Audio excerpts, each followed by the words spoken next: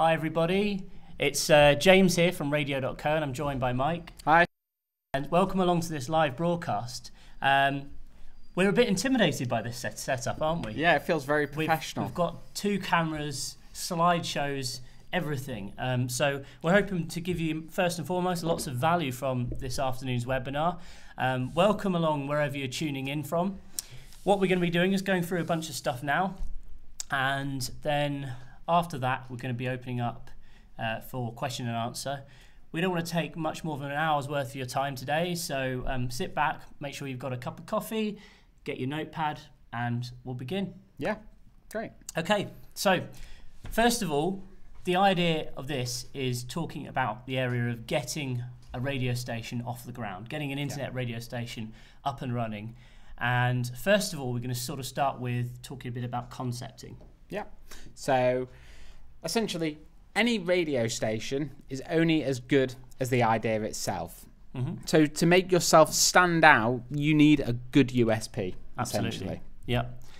And USP, obviously unique selling point. Now it kind of sounds like a bit of a businessy or sort of salesy term, but really this can apply to radio because, you know, the thing is you need to first of all make sure there's demand there, and this is really, really crucial to ensure the success of an online radio station.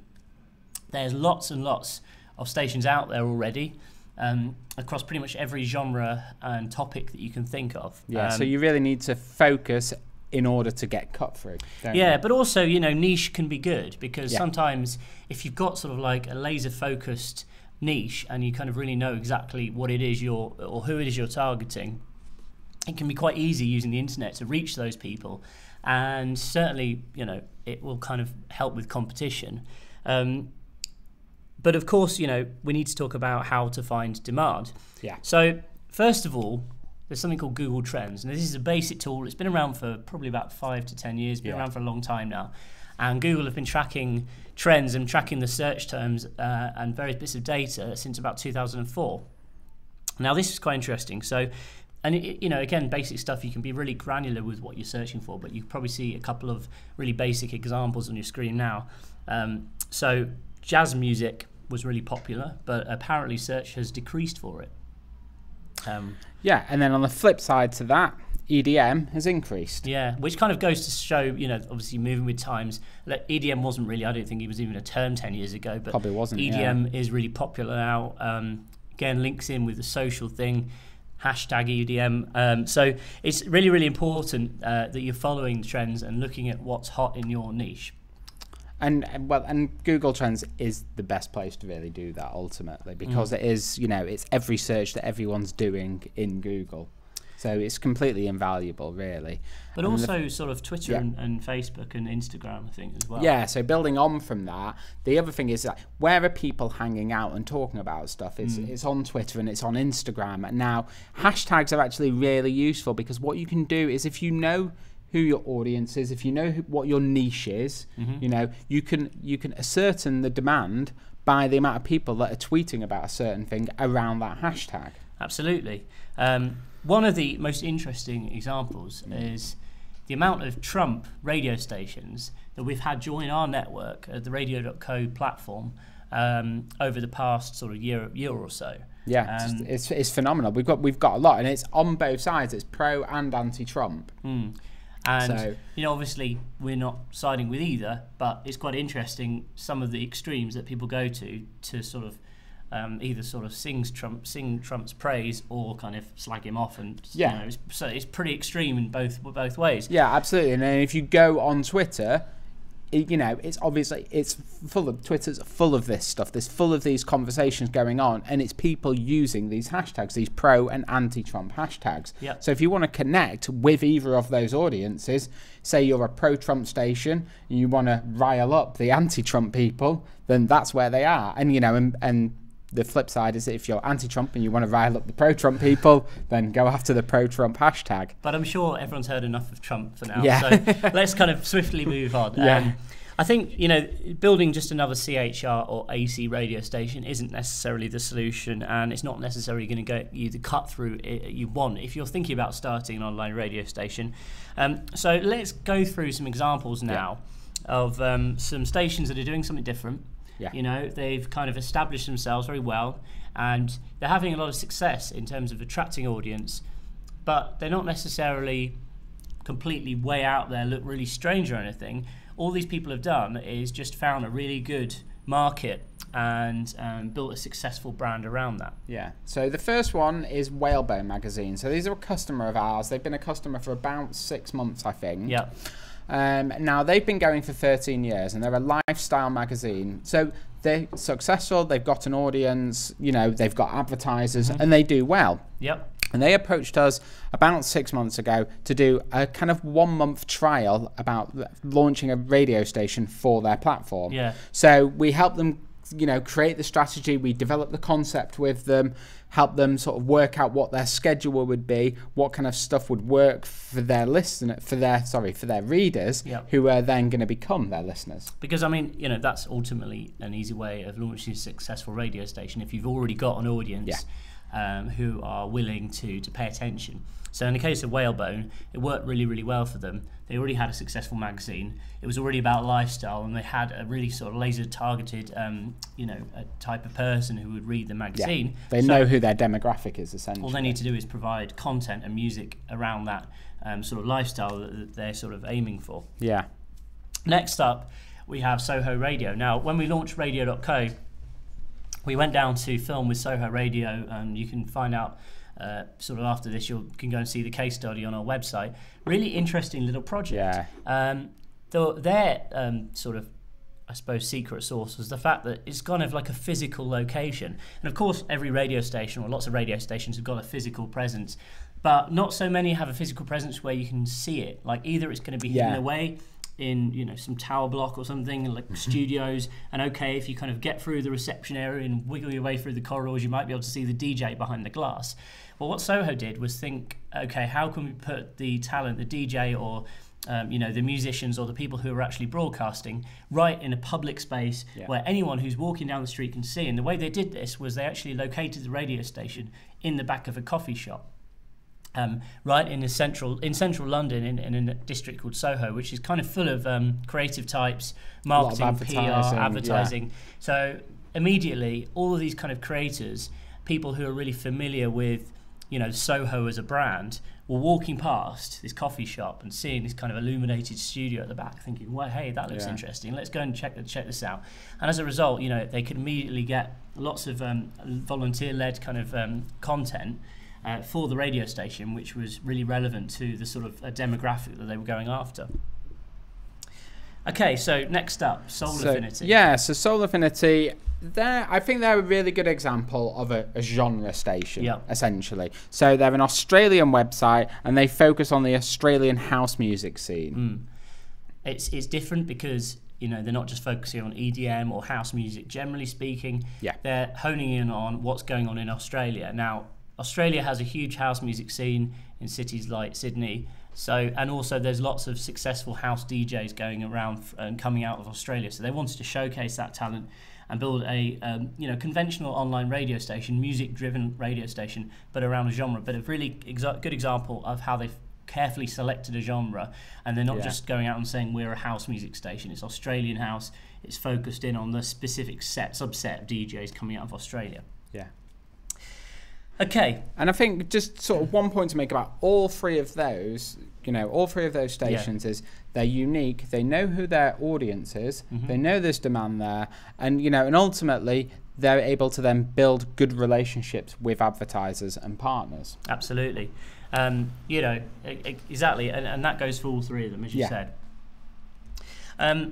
So let's kind of go on and move on. So we talked about concepting a station, how important it is to know your audience and sort of know the demographic that you're going after.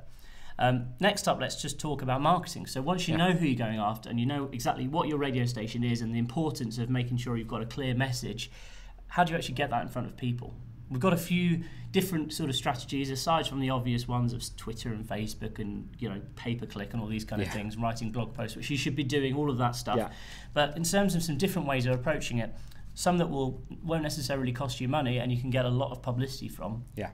Let's dive right in, Mike, and talk about finding partners? Yeah, okay, so partners, it's about kind of, looking at local businesses. As we said, if you've got a really niche focused audience, then there's going to be brands that want to connect with that audience. So that's the perfect partnership for you to develop. Absolutely. So look at, what brands will be most applicable to your audience, where's the crossover, and connect them together. That's what you should be aiming to do. And in the case of Whalebone, as we mentioned earlier, they're already a magazine, they've already got a lot of readership on the website. I'm not sure if it's actually print as well, possibly.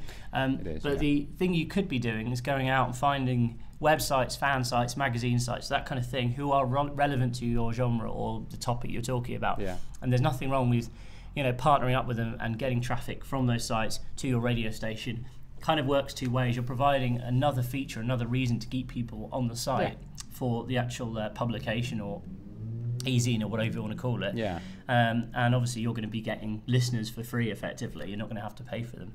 And then if we look at Soho, they've actually got an amazing partnership with Jägermeister. So that's an alcohol brand, which is... It's a European alcohol brand, I think, but it's a big thing maybe big in America as well, but Jaeger bombs are a big thing, like in the UK, definitely. And, essentially, that provides Jaeger with, an incredible amount of presence. Yeah. And a way to associate themselves with kind of like cool up-and-coming music. Yeah. And cool cultural events. The hot talent coming out of Soho on a sort of regular basis. So it's really much a brand that they want to associate themselves with Soho and also the radio and the music and everything as well.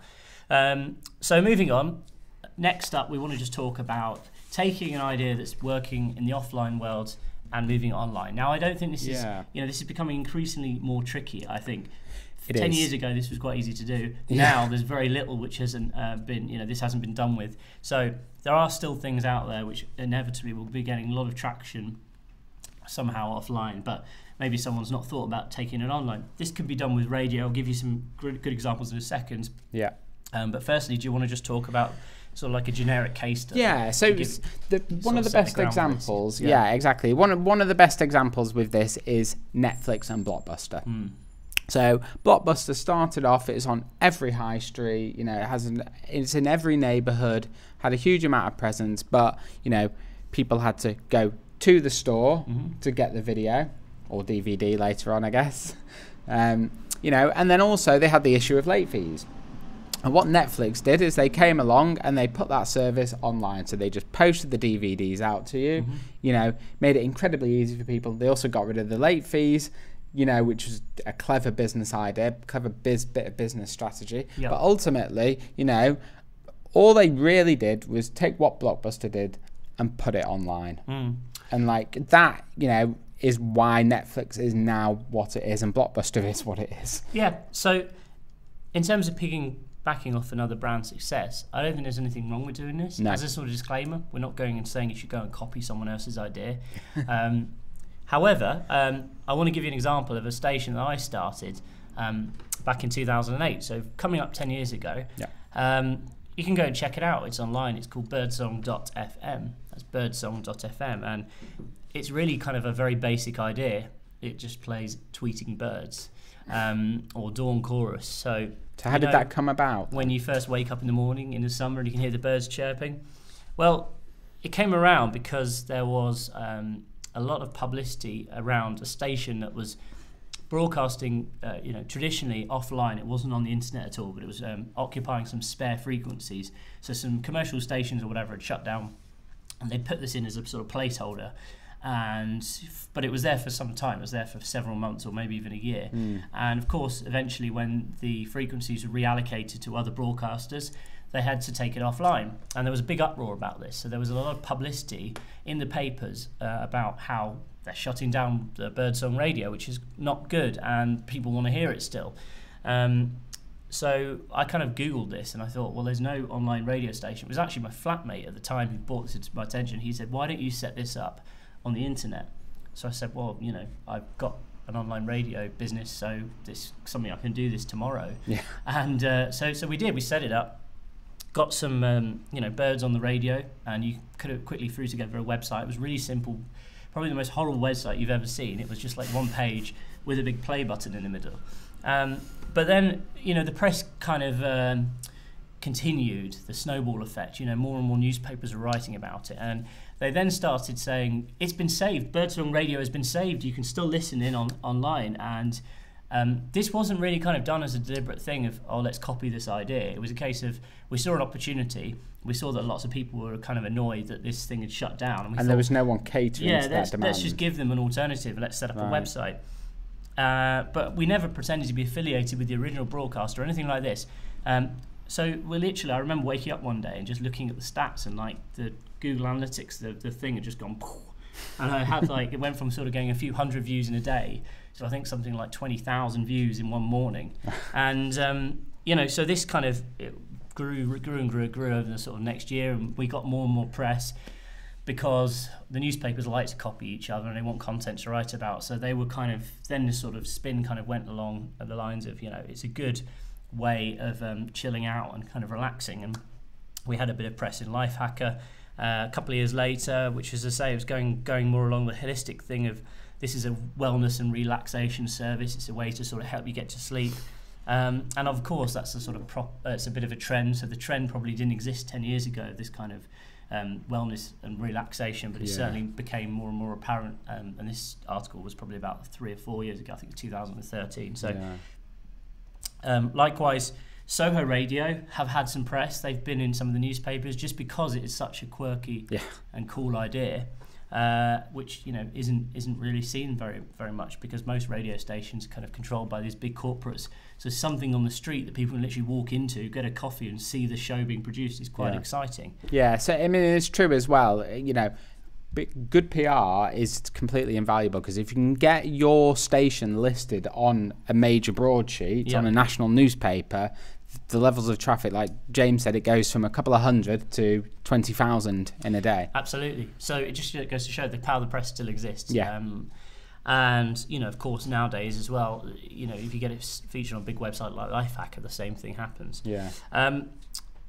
Also, there's been some press. The press paying attention to all these small, interesting local radio stations. There's been a couple of interesting articles. One called "The Revolution Will Be Broadcast." Another one called "Women Killing It in Online Radio," and talking about these different female DJs from all over the world who are really successful, have either built stations themselves or are DJing on prominent internet-only radio stations. So it just goes to show that online radio is kind of having this sort of, what's the word I'm looking for? Like a kind of resurgence. That's it. And it's starting to kind of become cool again, catching the eye of the press, which is always good. Okay, so I guess to summarise kind of some of that stuff, we're saying have a good concept, something that will help you stand out from the crowd. Ascertain what demand there is. Work out who that audience is and how you're going to connect with them, and then work out what brands there are out there that you could potentially partner with. Yeah, and also there's one last little case study which we thought would get K-pop Way. You're probably best talking about that. Yeah, of course, right. So K-pop Way are brilliant, actually. They've been with us for quite a long time. It's essentially a K-pop radio station. Korean pop. Yeah, Korean pop. So it's they've got an incredibly loyal fan base, and they are very, very passionate about their fans. And one thing that they do, which is really clever in my opinion, is they harness those fans to amplify their message online. In terms of the fans of the individual Korean pop artists that they play.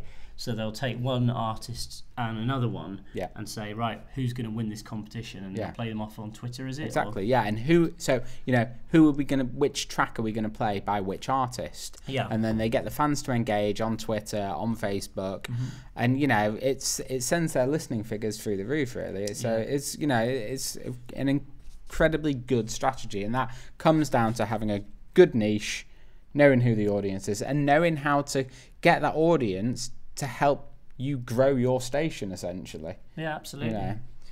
Okay, so finally, we're just going to talk about platform and why it's important to get the right platform to power your online radio station.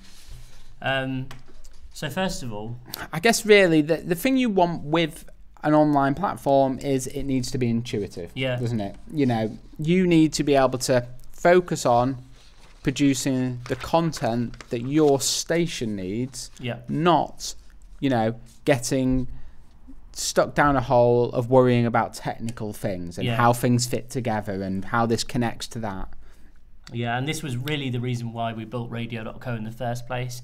But also, you've got to remember, when you run an online radio station, it's all about the listener. So ultimately, your job as a station owner is to curate content for the listener to enjoy. Yeah. And if your time has been sucked away worrying about other things, then you're going to really find it hard to actually kind of climb the ladder and build a successful audience. Because obviously, you know, anyone can go and tune into like endless playlist of music. You could use Spotify for that these days, you know, or whatever. So the whole point of listening to an online radio station is to get some experience and, you know, have something that perhaps they wouldn't have considered themselves otherwise. So so you need something that's solid and reliable, so you can actually focus on that, essentially. Yeah, and then of course, once you start building an audience, you need something that's scalable and will grow with you as your audience grows. Something that, you know, you can start off with a few listeners, but then it can scale to make sure you can hold millions and millions of listeners. Yeah. Because it does happen to a lot of stations. And going back to that Birdsong example, you know, you go to bed one evening, you've got 100 listeners. You wake up the next morning, you've got 20,000. You know, you need to be confident that your station can handle that leap. Mm-hmm. You don't, you know. And as I say, this is exactly why we built Radio.co. Now, you know, I think it's important to say as part of this webinar, we don't want to do the hard sales pitch. This is not what this webinar is about. This webinar, we're going to open up for some questions and answers. Yeah. But, you know, we really just want to help out the community. But, you know, if you want a platform that kind of ticks all these boxes, you're welcome to have a look at Radio.co. We have a 7-day free trial. You might be able to hear someone making a load of noise outside at the moment. And also, you know, feel free to book a demo and have someone walk you through the product, because we have a great sales team in-house who can, you know, help you with any questions that you may have. Yeah, and they'll sit down, and this process that we've talked about now, the concept, the strategy, the kind of the concept, the marketing, and the go-to-market strategy, you know, this is something that we cover off in our demo and consultancy sessions. So, you know, if you book onto one of them, you're going to get a chance to sit down with a radio expert, talk about this one-on-one. You know, and actually, another point we should make is we've just taken on 2 US sales representatives. So if you are based in the US or like in South America on that kind of time zone, then it's going to be much easier for you to book a time slot that's, you know, suitable for you. Yeah. So what we're going to do now is we're going to have a little quick break. Feel free to ask us any questions that you like. They can be questions about what we've just talked about, or they can just be general questions around starting an internet radio station, what equipment to buy, anything you like. So we'll have a quick break. We're back in a couple of minutes, and we'd love to answer some of your questions.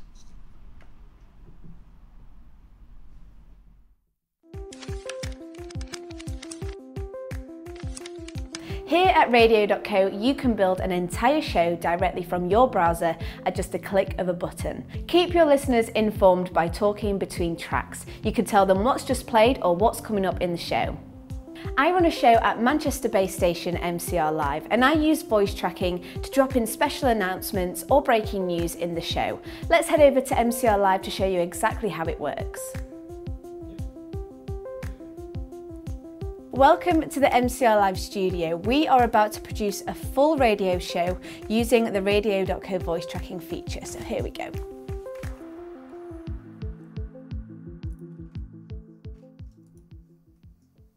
Hello and welcome to the show. I hope you are doing well. I have got a massive show lined up for you. We are going to play The Strokes, we're going to play Tom Odell, and a little bit of Wolf Alice as well for you. And remember, that competition is coming up very soon, so make sure you stay with us.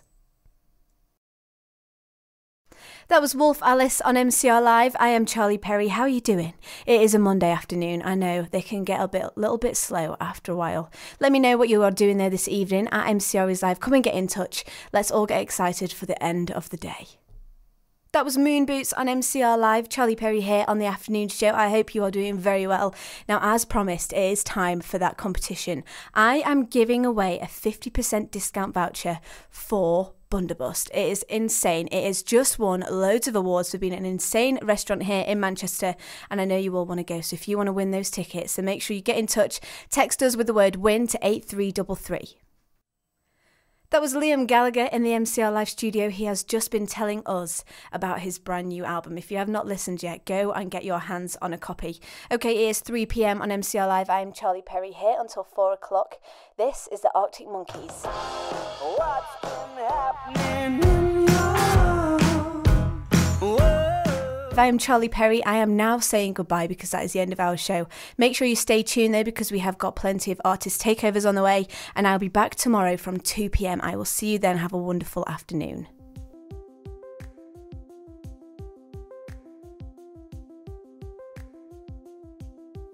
So there we go, I have just created a full show using the Radio.co voice tracker. It is that simple, so why don't you have a go too? Have you used our voice tracking feature yet? If so, let us know how you are using it in your shows in the comments below. If you have a question about voice tracking or any of our other features, get in touch with us at studio@radio.co. And for more broadcasting tips like this one, be sure to stick with us.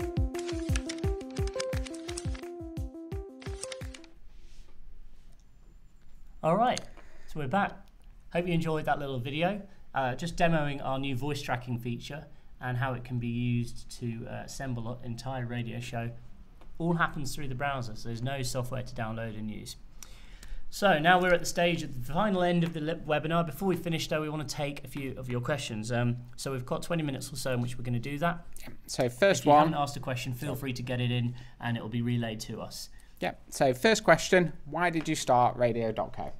So the reason that Radio.co came about really was because we found through a previous incarnation of the business, a company called Wave Streaming, where we were selling streaming services to start off with to traditional radio stations and to engineers who kind of knew the tech inside out.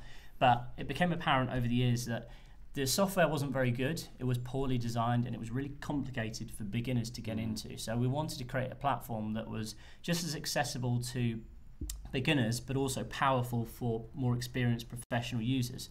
And that's really why Radio.co came about. We spent about a year of R&D. We started probably building the product in around 2013, and we launched in July 2015. And since then, over the last 2 years, we've grown from 0 to just under 4,000 radio stations on the platform. So we're not going anywhere anytime soon. We're still innovating, and in fact some of our best innovations have just been released, and we've got some really exciting stuff in the pipeline as well. But that's enough about Radio.co. Okay, for now, so unless anyone has any other questions. Well, there may be some more further down the list, we'll see. Okay, next question from Two Bald Guys, which is a good name, by the way. Two Bald Guys. I like that. Yeah. If we already have podcasts, can we move them right into autoplay? Absolutely, yeah. So that will be a great way of quickly building a radio station, because obviously, part of the hard thing is actually creating content. You can have endless music, but it's not always that engaging. So if you've got podcast episodes, the best thing to do would be upload them through either via the web browser. You can actually upload stuff, or you can upload them through FTP, which is sometimes better if you want to upload lots of media or really big files. If you just upload them to a blank account on Radio.co, it will automatically just start springing to life and start randomizing them. If you then decided you wanted to schedule them to go out at certain times of the day, or you wanted to have podcast episodes with music in between, you could add them to playlists and schedule those playlists using the sort of scheduler, the calendar tool, to play out whenever you want them to go out. Yeah, thinking about it, we actually have a free course for this on Radio University. If you go onto radio.co/Radio University, go to the free courses section. There's actually, there's definitely a free course on there. Mm-hmm. You just need to enter your email to get access to it. And that basically breaks down exactly how to take your podcast and turn it into your radio station. So I'd recommend going and checking that out.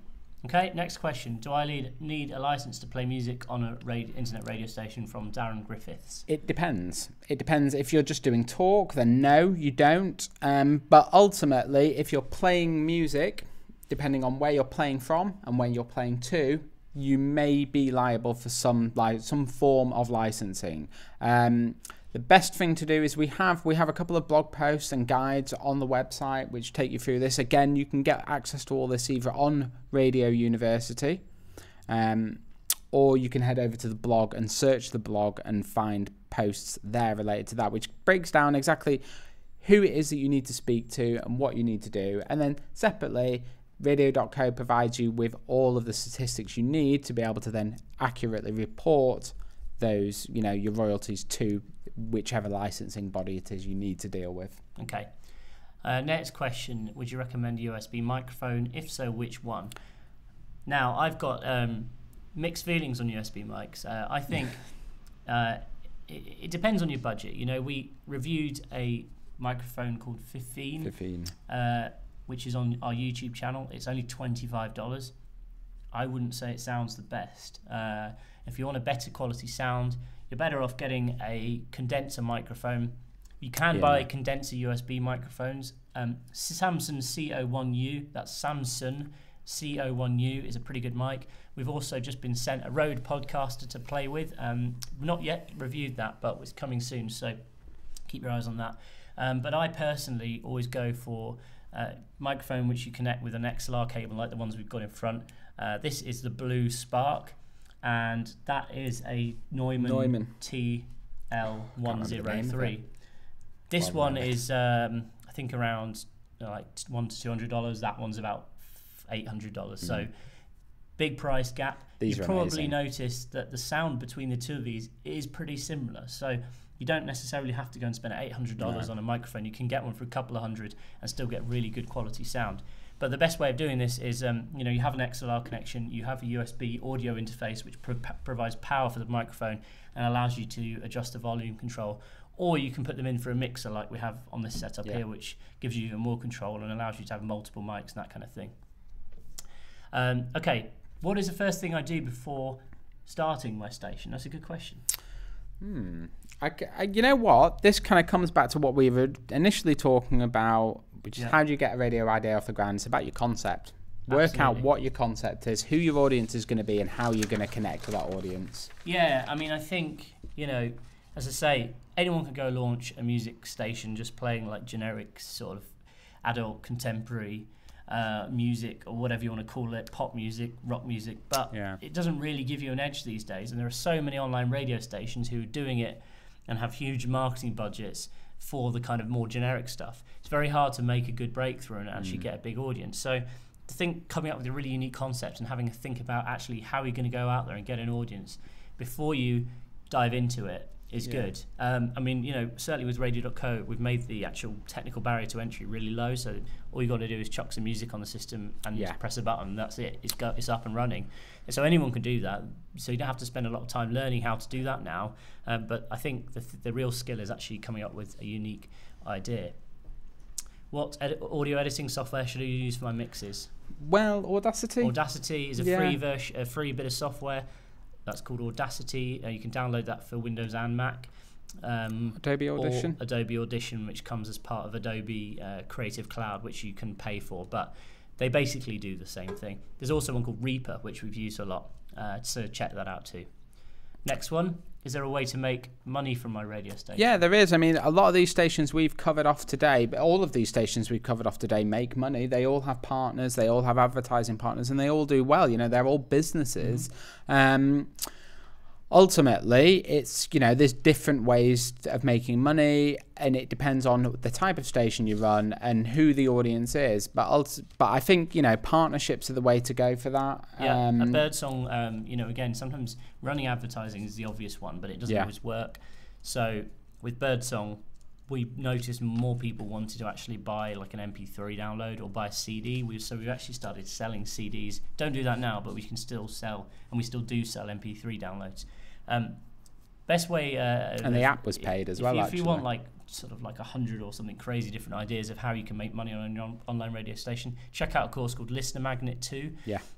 It's for sale on Radio.co by a very intelligent guy called Steve, who is a marketing wizard. He's a marketing expert, and he decided to basically go around And he was actually that sad that he went and spoke to loads of different radio stations and looked at different ways that they were actually monetizing and making revenue from their product, and kind of put it together in a really easy to follow course. So, with lots of different ideas, but they're not just traditional, let's just play adverts kind of ideas. So, how can I broadcast live to my listeners? Very easy to do using Radio.co. You effectively just need to send a stream to the platform and it will go out to your listeners. Again, there's lots of different software you can use to do this. And we've got lots of tutorials which will take you through that on YouTube. Yeah, so head to YouTube for that, or head to help.radio.co as well. And we have all our live broadcasting guides in there, and you can also ask someone a question if you've got any specific questions about a specific bit of software that you want to use. But ultimately, any bit of software is incredibly easy to hook into Radio.co. Can I play ads? Yes, you can play whatever you want. It's your station. Essentially. Answer. Yeah. Can I play adverts? Yes, you can. Yeah, and you keep the revenue yourself. We don't do any form of kind of revenue split with stuff like that. It's literally, it's your platform to play what it is, that you want to. What are you using to broadcast this live stream? It's funny because this question came up before. Last time. We need to show this setup at some point. Yeah. It is really amazing, actually. Yeah, this is quite an elaborate setup. So we are using, obviously the stream is going out on Facebook Live primarily, but also on YouTube and Periscope or Twitter. Yeah. We're using Restream, is it, Ben? Restream.io to actually create the stream that goes out to these different sites. And then at this end here, we've got a Blackmagic Web Presenter box. That's right, yeah. So a Blackmagic Web Presenter, which basically will take the two feeds from two different cameras and also kind of crunch them down and take the feed from the microphones and crunch it into a signal, which then goes into a computer. And then we use a bit of software called OBS to send it out. So one day we'll do a tutorial showing you how to set this all up. Yeah. It is quite elaborate. Of course, much more basic level, if you want to get into live video streaming, which you should as running a radio station, just use an iPhone and Facebook. Yeah, we've got a guide that covers off how to use Hangouts for that, and we should be releasing quite soon. We're going to be releasing a kind of more updated version of that with kind of various different ways that you can set up your video stream for your station. Mm-hmm. How do I get more listeners? That's kind of like one of these questions, isn't it? How long is a piece of string? I mean, there's so many different ways to go out there and reach out to people. Again, it depends on the audience, it depends on your budget, and it depends on the sort of marketing that you want to do. Video is a great way of getting marketing. Putting videos up on YouTube, video on Facebook. We use video all the time here at Radio.co. It would work for any business. It would work for a radio station, and of course. There's lots of interesting content that you can generally, whether you're filming live sessions of bands or you're filming DJs, broadcasting from the studio. Video is a good thing. I really swear by video. But of course, writing blog posts, written long-form content's important.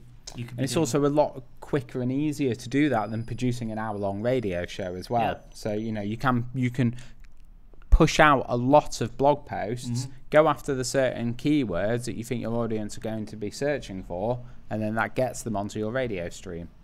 So what happens when I'm broadcasting and I lose connection? Does my station go down? No, it doesn't. What happens is Radio.co will just kick in with the backup playlist. So this is, again, one of the problems with a lot of the software that we used to work with, and one of the things we want to resolve, because especially if you're broadcasting from somewhere where you don't know there's a reliable interconnection, you want to keep your listeners, you don't want them to go down.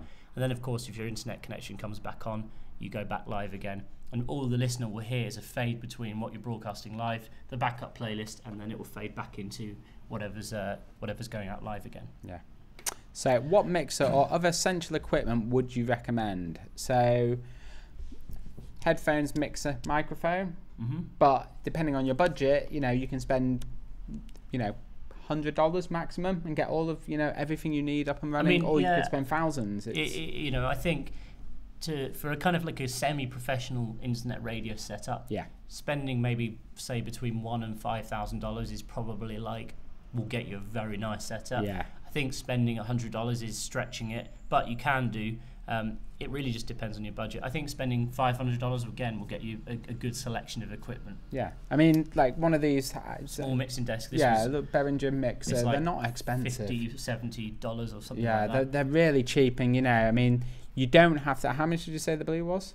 This mic, I think it's. I don't actually know. $100, $200. Yeah, I mean, like you said, the sound quality. Like I really like I love the Neumann mics, but the sound quality is. Yeah, the difference between this microphone, which is like, as I say $100 to $200. I can't actually remember. Yeah. And that one, which is like $800, I think, is that one's used in industry in radio studios. This one isn't. But really, do they sound the same? Pretty much. Yeah. So there you go. So there's a couple of $100 at the maximum. $70, $80 for your mixer. Decent pair of headphones, $60, $70, $80 probably. Yeah, so $500 to get a decent setup. Yeah. Just conscious of time, so let's get through a couple more questions now. So, do I have to isolate the studio? What is the best isolation method I should use?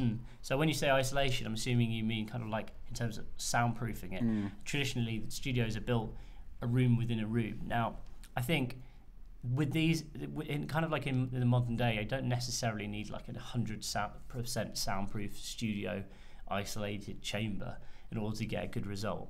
I think if you're in a quiet room at home and you put some foam on the walls, it works well. We're not in a quiet room here, and I don't actually know what this sounds like, but we've got traffic roaring past and stuff, so I'm hoping it sounds pretty good. But you don't necessarily always need like a sort of isolated traditional studio these days. Again, microphone choice is important.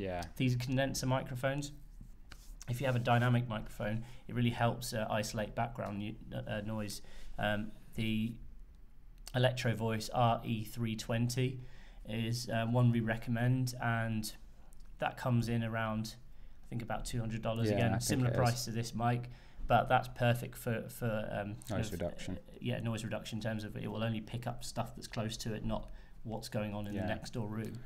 And also, you can also, the microphone's the most important thing, isn't it?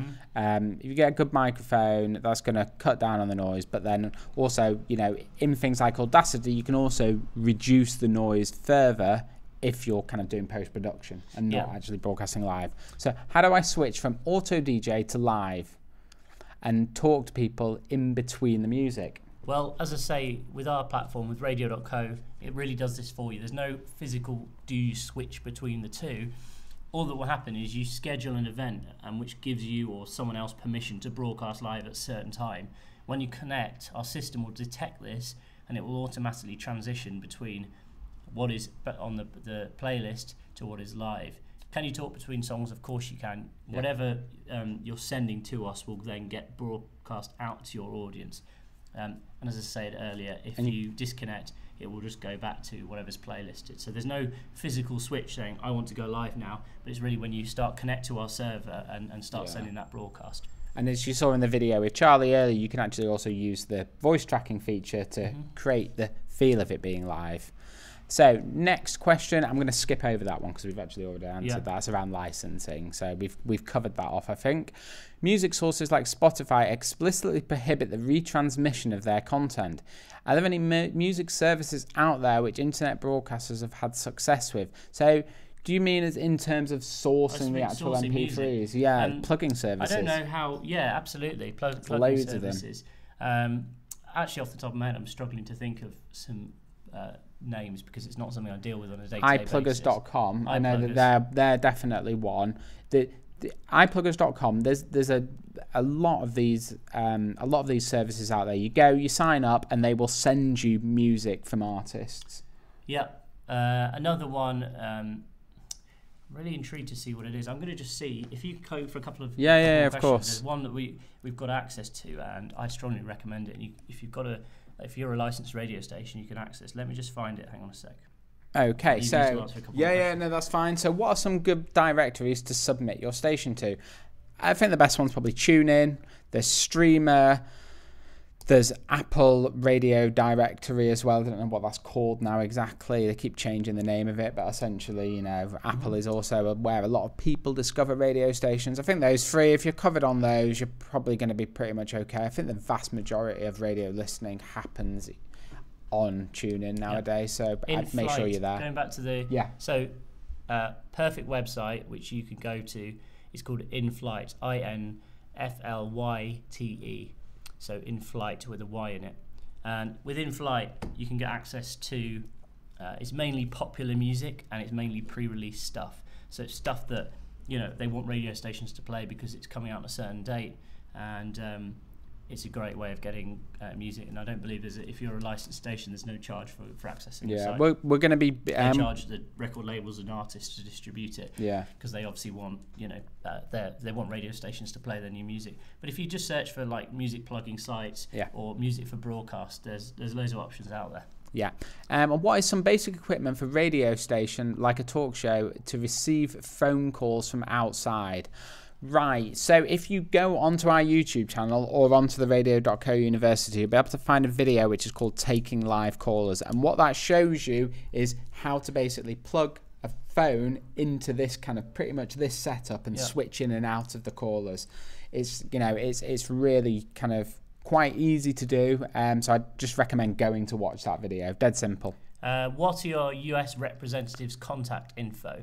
So if you want to get in touch or you want to book a demo with one of our sales guys in the USA, if you go onto our website, click on book a demo, and you'll then be able to book in a chat with one of our sales guys in your time zone. Yeah, or you can send an email to studio@radio.co and we'll get straight back to you. Can I add an additional input channel in order to play shout-outs, jingles, etc. during the main broadcast without cutting the feed? Yeah, absolutely. So that's really, you just build it out of tags. Well, obviously there's two ways of doing that. If you're using the Radio.co platform to automate your station, you can specify what we call a clock, which is basically a format of how your station's playlist will go out. And you can have sections where there's, you know, jingles or sweepers will be inserted between songs. If you're broadcasting live, well, we just relay whatever is being sent to us, so you can literally just be pushing music in, you know, between jingles in between your music through your mixing desk. We've got to just really rattle through these questions that are coming in fast, and we can go through them. What advice would you give to someone trying to start? My advice would be to just start, if I'm totally honest. Yeah, absolutely. There's lots of people who will think about starting a radio station for ages and ages and ages, but ultimately it's best just to get on with it and get cracking. If I'm setting up a home studio and I'm interested in a good playout system, I'm assuming I don't need a CD player and turntables. That question's just gone off the screen. No, you don't need a CD player and turntables. And basically, you know, you can have that set up if you want. The idea of Radio.co is, you know, when you're broadcasting live, it's really flexible. You can use what software you want. So it doesn't matter if you're playing music in iTunes or Tractor DJ or any of the other DJ sort of programs, or if you want to use CD players or vinyl. We have clients who do both. Yeah. It's just a case of getting your whatever input devices or whatever software you want running on your computer, sending that signal to us. I think we've got another guide as well which talks about, if you do want to use decks, that talks about how to hook your decks into the system and do a live DJ set that way as well. How do I set up a call-in show? Well, I guess we've kind of covered that. Head over to the university and watch the Taking Live Callers show, because that is basically, you could use that to run your entire call-in chat show. Mm-hmm. Do you provide assistance in the marketing of stations?